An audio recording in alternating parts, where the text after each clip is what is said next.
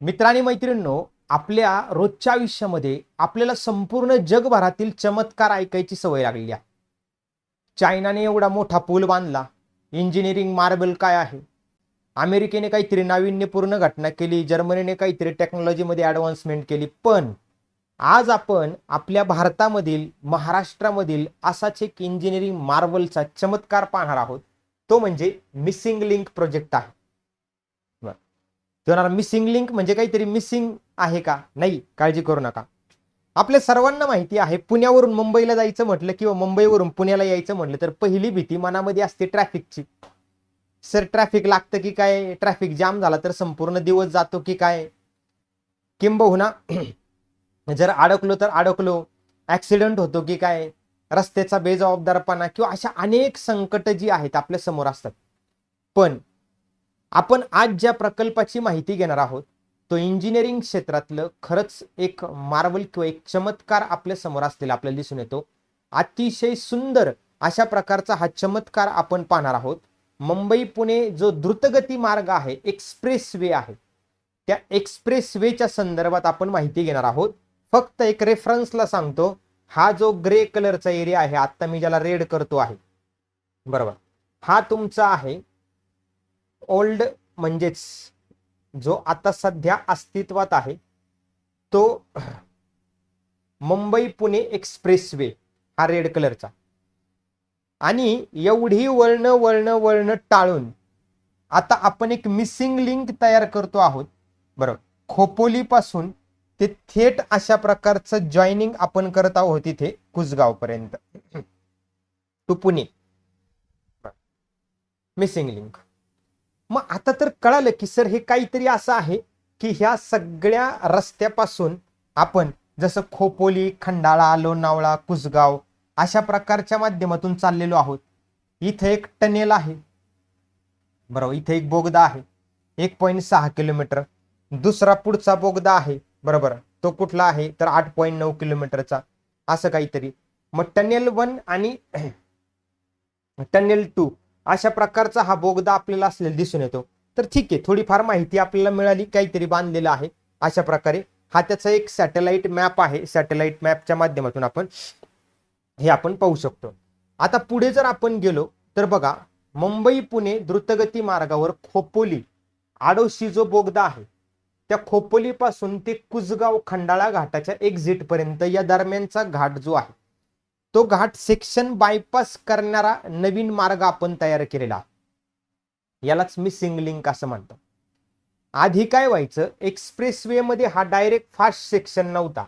For example समजून घ्या, express way असा काहीतरी मार्ग होता, बरोबर, अशा पद्धतीने.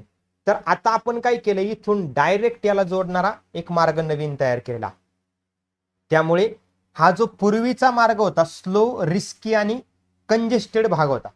बरं, मग आता 13.3 किलोमीटरचा नवीन एकदम स्ट्रेट, सेफ आणि टनेल बेस्ड रूट तयार करण्यात आलेला आहे.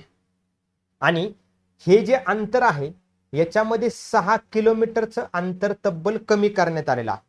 आणि 20 ते 30 मिनिटे वेळाची बचत होणार आहे. तुम्ही म्हणणार सर 20 ते 30 मिनिटं याने काय होणार आहे? पण जे मुंबई पुणे प्रवास करतात त्यांच्यासाठी 20 ते 30 मिनिटं म्हणजे असं समजा की चमत्कार आहे. मग ते होणार सर मिसिंग लिंक म्हणजे काय? एखाद्या इन्फ्रास्ट्रक्चर नेटवर्क मध्ये, एखादे इन्फ्रास्ट्रक्चर हे नेटवर्क आहे, बरं,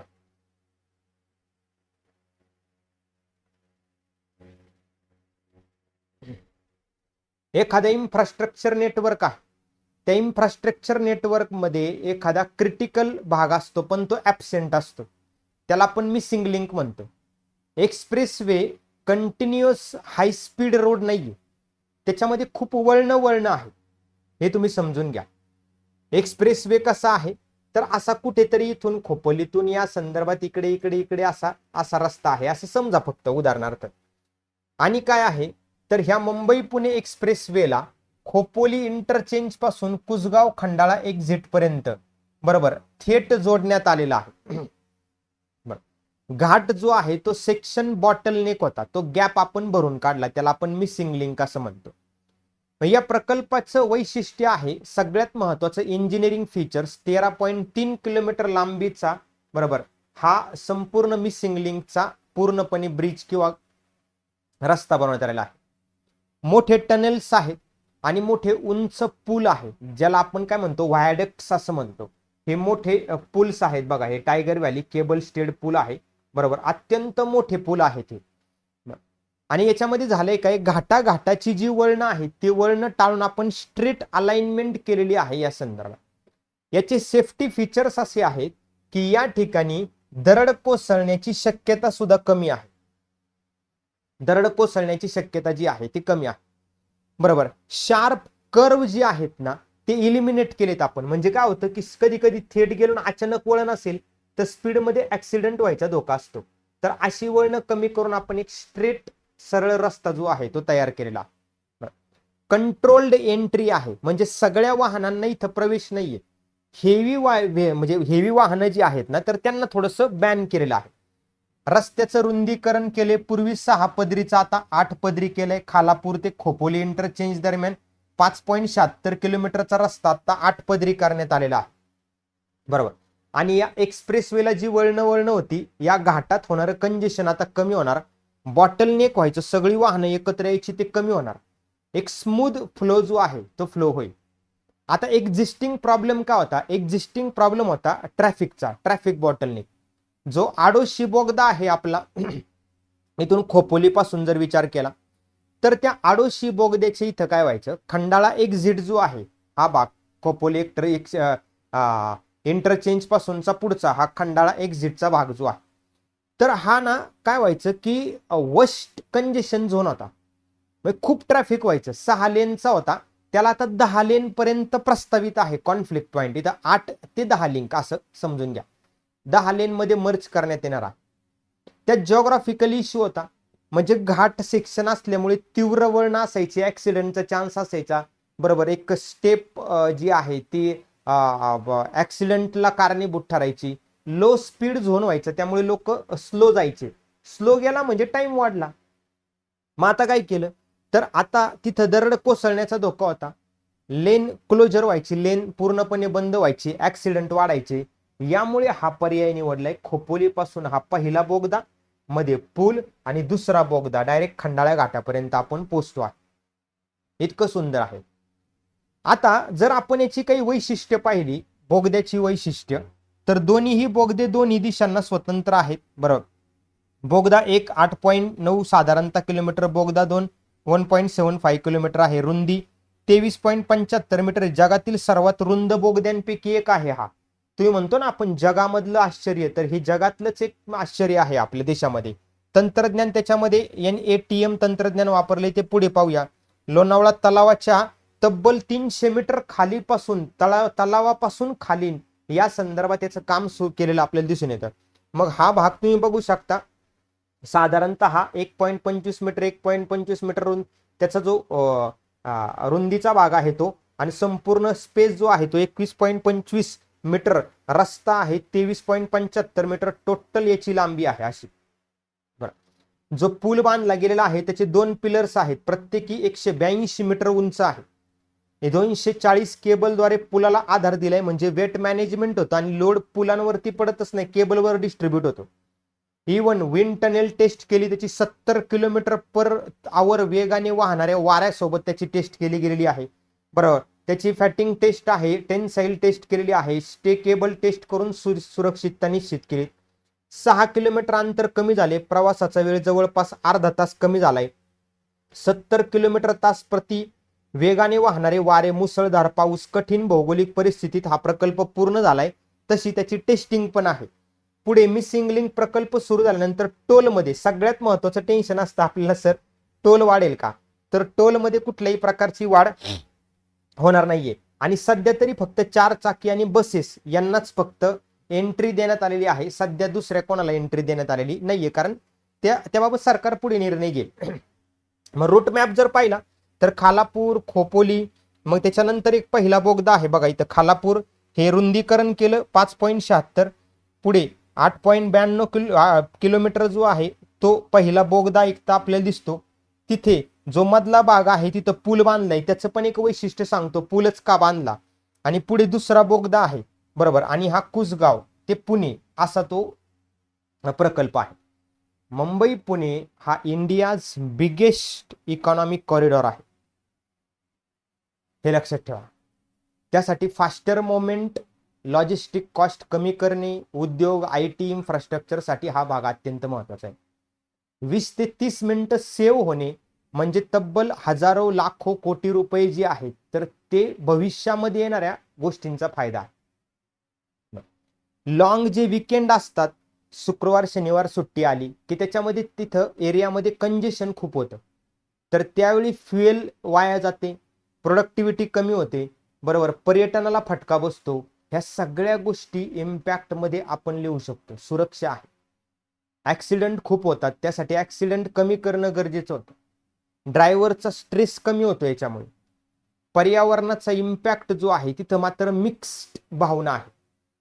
काही पॉझिटिव्ह आहे की बाबा काही जसं इडलिंग इफेक्ट आहे ते कमी झालं, पोल्युशन कमी झालं.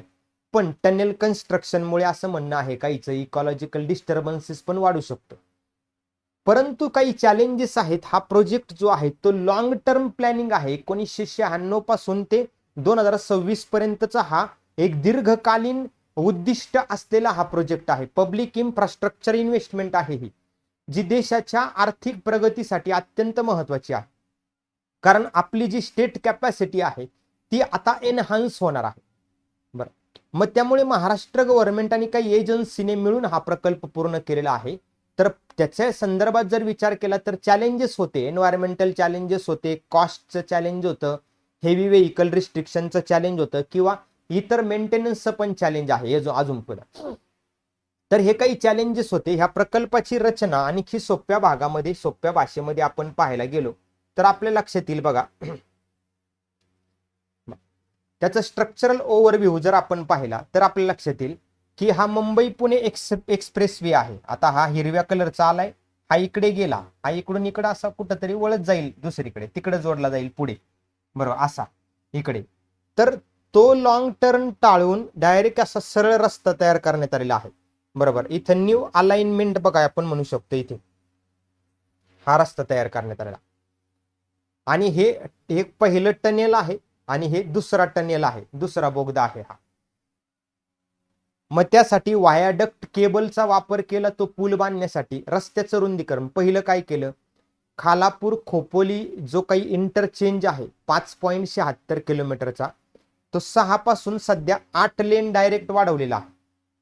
बरं, ट्रॅफिकचा लोड लक्षात घेऊन ही फ्युचर प्लॅनिंग केलेली आहे. एंट्री एक्झिट जे कंजेशन व्हायचं ते कमी होईल आणि एक्सप्रेस वेच्या कॅपॅसिटीमध्ये सुद्धा वाढ होईल. हे कॅपॅसिटी बिल्डिंग पहिलं केलं. जे टनेल्स आहेत, बरोबर, त्या टनेलचा विचार केला तर खोपोली ते कुसगाव हा जो पहिला टनेलचा भाग आहे बघा, खोपोली कुसगाव हा 13.3 किलोमीटरचा सेक्शन आहे, बरं. आणि टोटल 2 टनेल्स आणि 2 व्हायडक्ट्स आहे. टनेलचा विचार पहिला जसं मी तुम्हाला सांगितलं 8.9 किलोमीटर, बरोबर, मेगा टनेल आहे हा, बरोबर. आणि दुसरा टनेल 1.58 किलोमीटर अशा प्रकारचा आहे. मग आता जर विचार केला, विड्थ आहे 23.5 मीटर, त्यांची खूप वाईड आहे. सह्याद्री पर्वतातून खोदलेलं हे सगळं काम असलेलं आपल्याला दिसून येतं इथं, बरं. मग आता या प्रकल्पामध्ये आपल्याला एक टेक्नॉलॉजी वापरलेली आहे, NATM टेक्नॉलॉजी. तर काय आहे NATM टेक्नॉलॉजी किंवा हे टेक्नॉलॉजीचा अर्थ काय होतो? ह्या टेक्नॉलॉजीला थोडंसं डिटेलमध्ये आपण समजून घेऊया की नक्की या टेक्नॉलॉजीचा संदर्भ काय आहे आणि आपल्या याचा वापर कसा होतो आहे. बरं, आता जसं मी तुम्हाला थोडक्यात सांगितलं की ही जी टेक्नॉलॉजी आहे ही टेक्नॉलॉजी आपण वापरली ही फार ऍडव्हान्स आहे.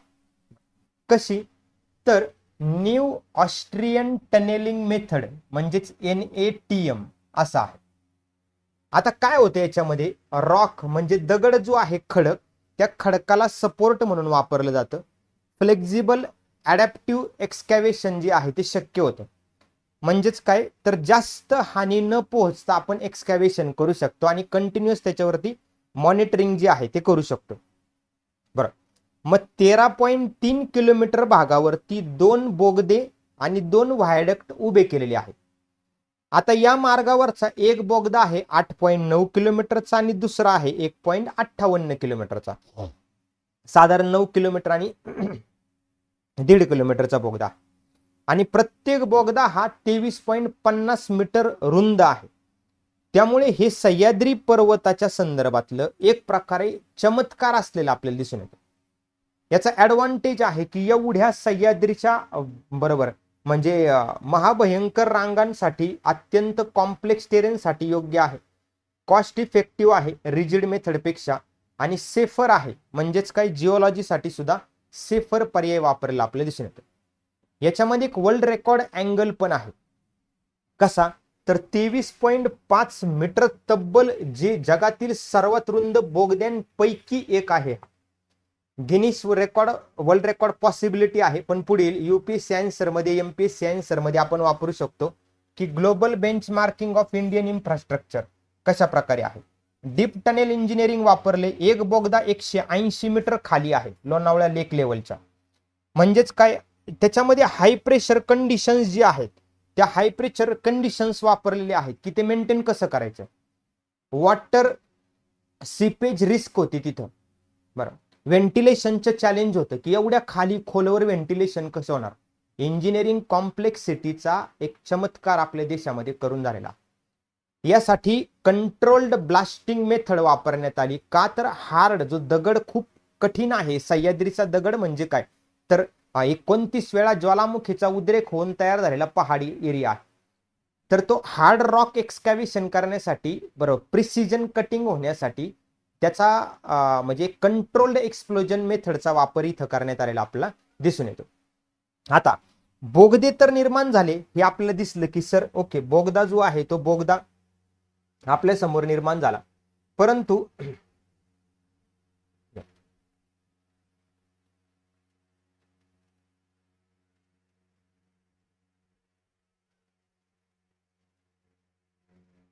बघा बोगदा तर निर्माण झाला. हा एक्झिस्टिंग आपला एक्सप्रेसवे आहे, जुना एक्सप्रेसवे असा इकडून इकडे चाललेला आहे. आणि हा जो आहे हा थेट जोडला गेलेला आहे. दिसतोय टनेल तुम्हाला इथं, इथं टनेल आहे बघा. म्हणजे पहिला बोगदा इथं असलेला आपल्याला दिसून येतो.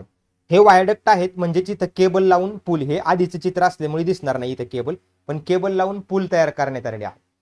आता याची लेंथ जी आहे केबलच्या साठीची, केबल स्टेड ब्रिज जो आहे तो 650 मीटरचा आहे, 650 मीटर टायगर व्हॅलीमध्ये आहे. बरोबर, त्याची हाईट 182 मीटर असलेली दिसून येते आपल्याला. आणि 240 केबल्स जी आहेत ना, साधा मग 182 मीटर हाईट आहे आणि 132 मीटर ऍव्हरेज हाईट आहे. मग 50 metre height of pylons under the cable portion आहे, हे काही महत्वाचं नाही आपल्याला. पण आता प्रश्न काय की जर विचार केला तर first viaduct has bin completed. बरोबर, 850 मीटर तब्बल या संदर्भात आपण पाहू शकतो टोटल आहे. This is where a cable stayed bridge is being constructed currently. म्हणजे इथं या संदर्भात इथं आत्ता सध्या बरोबर बांधकाम जे आहे ते चालू होतं सध्या. म्हणजे खोपोलीपासून ते पुण्याच्या दिशेला असलेला हा अशा प्रकारचा रस्ता आहे. आता झालं काय की ही केबल्स का वापरण्यात आल्या. मी तुम्हाला मागाशी म्हणलो होतो ह्याचा पण एक विषय आहे की पुलाचा भार जो आहे तो केबलवरती ट्रान्सफर होतो. टॉवर्स जे आहे ना, टॉवर्स पासून केबल अशा लांब पर्यंत जातात, डायरेक्ट डेकला जोडलेले असतात. आता चॅलेंजिंग का होतं हे तर खूप डीप व्हॅली आहे. म्हणजे खूप ना हे बघा हे खूप जास्त खाली आहे, उंची खूप जास्त आहे. हाय विंड प्रेशर आहे म्हणजे वाऱ्याचा प्रचंड दबाव आहे आणि स्ट्रक्चरल लोड खूप होता इथे. मग त्यामुळे काय झालं की त्याच्यासाठी आपल्याला विंड टेस्ट करण्यात आली. म्हणजे वारा जो आहे तो किती इम्पॅक्टफुल ठरू शकतो. बरोबर, त्यासोबतच या संदर्भात त्याचे काही फटिक टेस्ट आहेत किंवा टेन्साईल टेस्ट आहेत, ते इंजिनिअरिंगच्या टेस्ट आहेत. तर त्या सगळ्या टेस्ट ज्या आहेत त्या टेस्टमध्ये हे पास झालेला. सेफ्टी आपल्याला बघावं लागणार सगळ्या. बरं, कारण स्टे केबल टेस्ट आहे, केबल तशी मजबूत राहिली पाहिजे. सह्याद्री पर्वतरांग आहे, डीप घाट आहे, क्लायमेट जे आहे ते हेवी मान्सून असतो, लँडस्लाइडची रिस्क असते, लॉजिस्टिक जे आहे ते लॉजिस्टिक तिथपर्यंत पोहोचवणं, हेवी मशिनरी तिथपर्यंत पोहोचवणं हे इंजिनिअरिंग क्षेत्रातले एक टेक्निकल मार्वेल असं म्हणू शकतो आपण. म्हणून टनेल प्लस ब्रिज ने कनेक्ट झालेला हा भाग आपल्याला असलेला दिसून येतो. अतिशय सुंदर आणि अतिशय महत्वाचा एक इंजिनिअरिंग क्षेत्रातलं मार्वल आपल्या समोर असलेलं दिसून येतं. मग हे ओव्हरऑल प्रोजेक्ट व्हिज्युअलायझेशन जर आपण पाहिलं तर हे NATM टेक्नॉलॉजी वापरून तयार केलेलं आहे. हॉर्सू शेप्ड आहे. हॉर्सू शेप म्हणजे काय, घोड्याची नाल जशी असते तशा आकाराचं हे या संदर्भात टनेल आहे. 13.6 मीटर या संदर्भात 10.5 मीटर अशी उंची आहे. बरोबर. आणि हे साधारणतः 23 मीटर, हे 23.6 करा, 23 मीटरच्या आसपास जे आहे ते वाईड आहे. मग आता वर्क स्प्लिट इन 3 पार्ट्स आहे. इथं पहिल्या पार्ट मध्ये काय आहे तर सील फाटा आहे, स्ट्रेच. दुसऱ्या पार्ट मध्ये फर्स्ट जंक्शन पॉइंट आहे, दुसरीकडे सेकंड जंक्शन पॉइंट आहे या संदर्भात. मग आता पुढे आपण गेलो. बरोबर. माइलस्टोन्स आपण जर इथं पाहिले तर काही कॉस्ट आहेत प्रोजेक्टच्या, पण कॉस्ट विषयी आपल्याला काही परीक्षेला विचारलं जाण्याची शक्यता नाही, तो आपला भाग नाही. मग 10.5 किलोमीटर प्रकल्प आहे, प्लस त्याच्यामध्ये बोगदे आहेत, व्हायडक्ट आहे, पूल आहे. बरं. आता पूर्ण जर स्ट्रेच विचार केला तर तो थोडासा असा टर्निंग थोडासा असल्या कारणामुळे 10 ते 13 किलोमीटर अप्रॉक्सिमेट आहे. सोर्सेसमध्ये थोडासा फरक आहे, न्यूजपेपरच्या कटिंगमध्ये पण थोडासा फरक आहे. फक्त त्याच्यामध्ये 2 टनेल्स आहेत, व्हायडक्ट आहे, उंच पूल ज्याला म्हणतो, केबल स्टेड ब्रिज आहे. बरोबर. म्हणून हा एक मल्टीलेअर इंजिनिअरिंग मार्वेल चमत्कार असलेला आपल्याला दिसून येतो. रोड आहे, रस्ता आहे, टनेल आहे, ब्रिज आहे, हे प्रकार अशा प्रकारचे डिझाईन असलेलं आपल्याला दिसून येतं. यातला महत्वाचे पॉइंट जर रिपीट केले आपण तर लक्षात येईल आपल्याला सगळ्यात महत्वाचे की 23.75 मीटर रुंद बोगदा आहे. सामान्य बोगदे नॅरो असतात, इथं खूप मल्टीलेन टनेल असल्यामुळे खूप वाईड आहे. बरोबर. 4 लेन ट्रॅफिक इन साइड टनेल आहे, ओव्हरटेकिंग पॉसिबल आहे टनेल मध्येच. सेफ्टीचं जे काही महत्व आहे ते खूप जास्त इथं लक्षात घेतलेलं आपल्याला दिसून येतं. 70 किलोमीटर पर आवरने येणारं वारं जे आहे त्या वाऱ्याला सुद्धा हे अजिबात म्हणजे जुमानणार नाही असा प्रचंड प्रकल्प आहे. ब्रिज स्टॅबिलिटी चॅलेंज जे आहे ते टेस्ट झालेली आहे. बरं. त्यामुळे कन्स्ट्रक्शन डिले झालं, परंतु तरी सुद्धा प्रोजेक्ट कंप्लीट झाला. त्याचं कारण असं की ह्या सगळ्या टेस्ट महत्वाच्या होत्या. एक चमत्कृती भाग आहे तो म्हणजे काय तर टनेल जो आहे ना तो लोणावळा तलावाच्या 182 मीटर खाली आहे. त्यामुळे कुठेतरी या संदर्भात त्या उंचीमुळे वॉटर सिपेजचा धोका होता, प्रेशर कंट्रोलचा धोका होता, व्हेंटिलेशन सिस्टीमचा पण धोका होता, कारण ऑक्सिजन पण पोचला पाहिजे खालपर्यंत एवढं. म्हणून तिथं हाय एंड इंजिनिअरिंग जी टेक्नॉलॉजी आहे ती टेक्नॉलॉजी वापरावी लागणार होती. त्याच्यामध्ये हे सगळं चमत्कार केला महाराष्ट्र स्टेट रोड डेव्हलपमेंट कॉर्पोरेशनची जी भूमिका आहे ती एक्झिक्युटिव्ह एजन्सी म्हणून होती.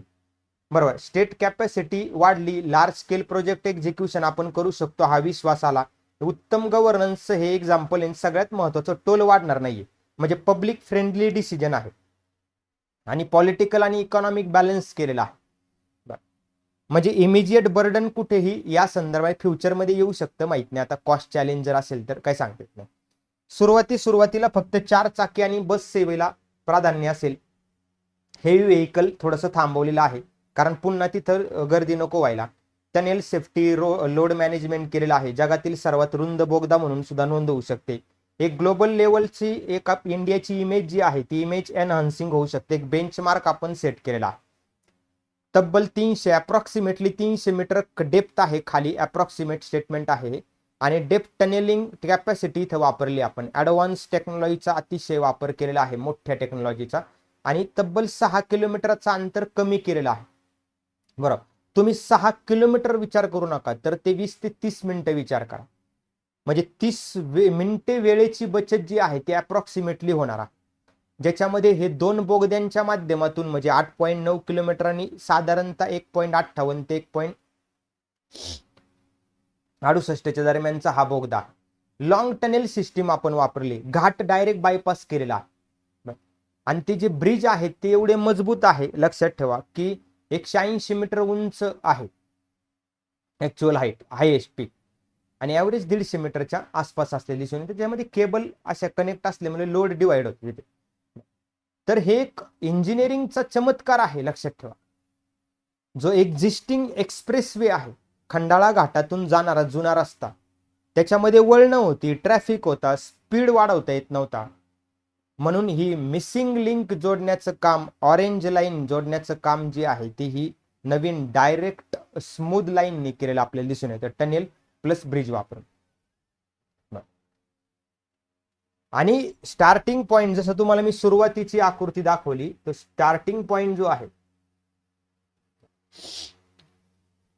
तो स्टार्टिंग पॉइंट येतो, तुम्ही पाहू शकता खोपोलीपासून. मग खोपोलीपासून चालू होतो मुंबईच्या साईडने. पहिला छोटा बोगदा आहे, अप्रॉक्सिमेटली 1.7 किलोमीटरचा आहे. डोंगर कापून डायरेक्टली मार्ग तयार केलेला आपल्याला दिसून येतो. इथं ब्रिज लोकेशन जे आहे ते पुढे आहे, साधारणतः 650 मीटरचा ब्रिज आहे हा. आणि इथं खोलदरी आहे, लक्षात ठेवा. हा टनेल एक जो आहे ना, बरोबर इथं.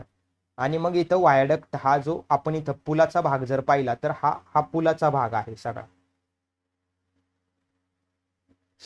पुलाचा. आणि खोलदरी आहे तिथं, टायगर व्हॅली. रस्ता सरळ जावा म्हणजे पुन्हा दरीमुळे रस्ता अडू नये म्हणून, कुठे इकडून घ्यावा लागू नये म्हणून आपण अतिशय उंच हा पूल बांधलेला आहे, रस्ता सरळ जावा म्हणून. आणि हा दुसरा टनेल डायरेक्टली 8.89 साधारणतः 8.9 किलोमीटर बिगेस्ट पार्ट आहे हा. हा मेन सगळ्यात मोठा लॉंग टनेल आहे हा, खूप मोठा आहे हा. लोणावळा लेकच्या खालून जातो, त्यामुळे घाट पूर्ण बायपास झालेला आहे हा. आणि एंड पॉइंट इथं कुसगावला आहे, पुण्याच्या दिशेला. आणि इथून पुढे मग तुम्ही नॉर्मल, हा नॉर्मल एक्सप्रेसवेच आहे, एक्सप्रेसवे आहे, लक्षात ठेवा. हा सुद्धा नॉर्मल एक्सप्रेसवे आहे, लाल कलरचा दिसतोय ना सगळ्यांना. हाच पुढे जॉईन होतो पुढे जातो, म्हणजे याला फक्त आपण बायपास केलेला. मग पूल कुठे आहे नेमका, तर ह्या दोन बोगद्यांच्या मध्ये लोकेशनला पूल आहे, टनेल 1 आणि टनेल 2 मध्ये. ब्रिज का गरजेचा होता, कारण खूप खोल व्हॅली आहे, टनेल शक्य नाहीये इथं. टनेल कसं बांधणार इथं, जर पूर्ण असा जर बोगदा आला, अशी जर दरी असेल, असा जर पुढे पुन्हा बोगदा असेल, तर इथं कसा बोगदा बांधणार. मग त्यासाठी आपल्याला इथं पूल बांधावा लागला, हे समजून घ्या. मग त्यामुळे रूट जो आहे तो खाली उतरवला तर पुन्हा वळण वाढतील, पुन्हा टाइम वाढणार, म्हणजे मूळ हेतूच नष्ट होणार. यासाठी हे 2 उंच टॉवर्स वापरून त्यावर केबल्स लावून केबल आधारित पूल बांधला. आणि भारताने हे सर्वात सुंदर असं चमत्कृतीपूर्ण आश्चर्य जे आहे ते आपल्या इंजिनिअरिंग मार्वलने संपूर्ण जगभरासाठी एक आदर्श करून ठेवलेला आपल्याला दिसून येतो. निश्चितच भविष्यामध्ये याच्यामध्ये काही चेंजेस होतील, ते तुमच्यापर्यंत नक्की पोहोचू. आणि हा भाग कसा वाटला ते नक्की निश्चित कळवा. सगळ्यांचे आभार आणि धन्यवाद.